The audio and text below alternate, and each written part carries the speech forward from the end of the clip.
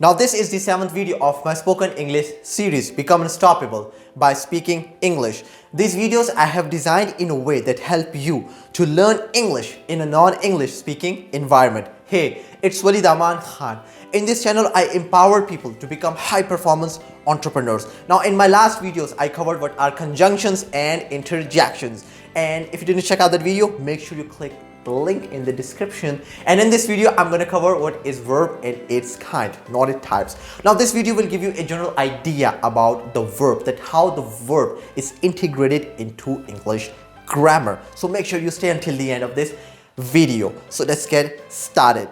Now verb, what is verb? Verb equals action or state. Words like think, walk, run, go are verbs. And on the other hand, state, words like is, are, am, was, were, being, been are state. They show state. For example, like he is a doctor, they are soccer players, he is dead, he is a child.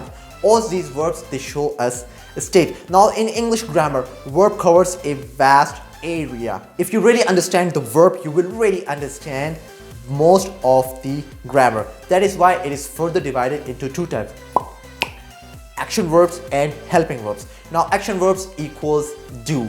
Same as I told you, words like think, go, run, walk are action verbs, and they usually have three kinds: the first form, the second form, and the third form. And on some platforms and on some other institutes, they also call it the present form, the past form, then the past participle form, especially Google.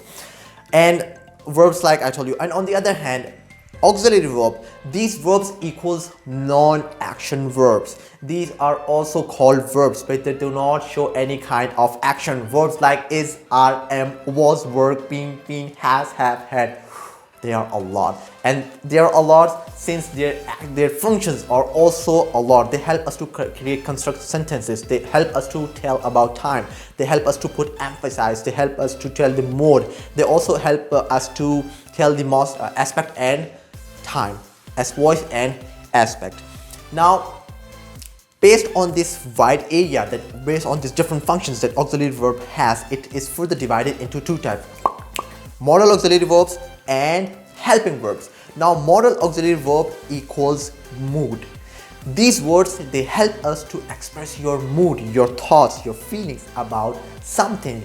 You may go to the library. You should not go out when it's late. You should do should do it this way. May, might, all these are modal verbs, and that's a topic for my future video. I will make the video about this in detail. And for now, it's just you just remember that modal auxiliary verbs equal mood. They help us to express our mood about something. Now jumping on to the other part, helping verb. Helping verb equals, as the name suggests, helping verb. They help main verbs, they help us construct right kind of sentences.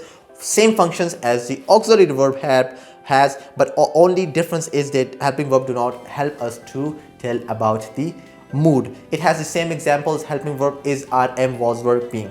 And it is further divided into three types: to be, to do, and to have. Now before I move forward, I know maybe this is if it's your first time learning this new grammar concept, it's gonna be a lot burdenizing, and you find like it's so difficult. But don't give up, think long term. Just watch this video, take the concept, and when you go out and learn from different platforms, and when they say this is verb to do, this is verb to be, and this is verb to have, this is helping verb, this is auxiliary verb, so you understand what is actually the kind of verb they are talking about, which is discussed in that video. See, that's a passive. So let's jump on to the first is to be. To be, helping verb to be, show the state of something, show the state of something in past, in present, and in future. For example, let's say that examples I gave you earlier in this video, like he is a soccer player, he was a soccer player, he will become a soccer player.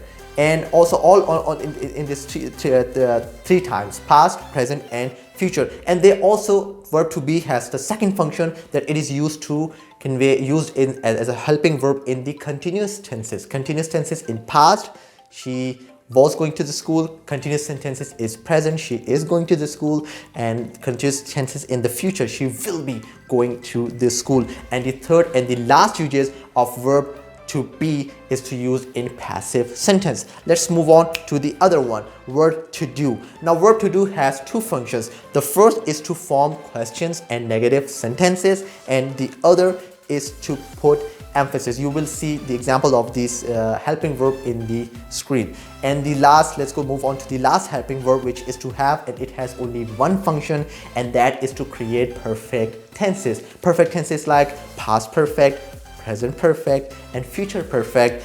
Past perfect continues, future perfect continues, and present perfect continues, and future perfect continues. Now before I end this video, make sure you go on to the Google and take different kinds of quiz to identify verbs, action verbs, helping verbs, auxiliary verbs, verbs to be. So this will give you a more good picture of the understanding of your understanding of the different concepts of English grammar. And if you like the video, hit the like button, subscribe to my YouTube channel, and press the bell icon. I will see you in my new YouTube video.